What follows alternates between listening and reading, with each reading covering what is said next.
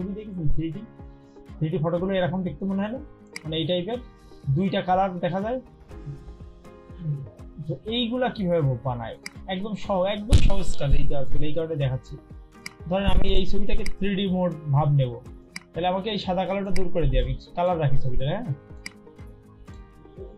ওকে, এই ছবিটাকে দুইটা করবো, ব্যাকগ্রাউন্ডটা কালো করে নিই, তাহলে ভালো লাগবে না, কারণ ওই দুইটা কালার সাদার উপর মানায় না, কালোর উপর মানায়। এই ছবিটাকে দুইটা করবো, তো ডুপ্লিকেট লেয়ার হয়েছে না দুটো।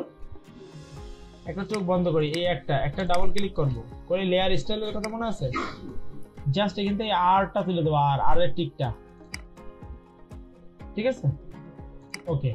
আর এটা চোখ খুলবো, খুলে ডাবল ক্লিক করবো, করে এখান থেকে বি আর জি টিকটা তুলে দেবো, ওকে।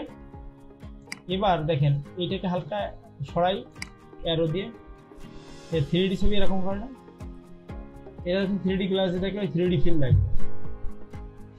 আর যদি এখন বেশি সরান তাহলে বুঝেছো, মানে এই একটা লেয়ার,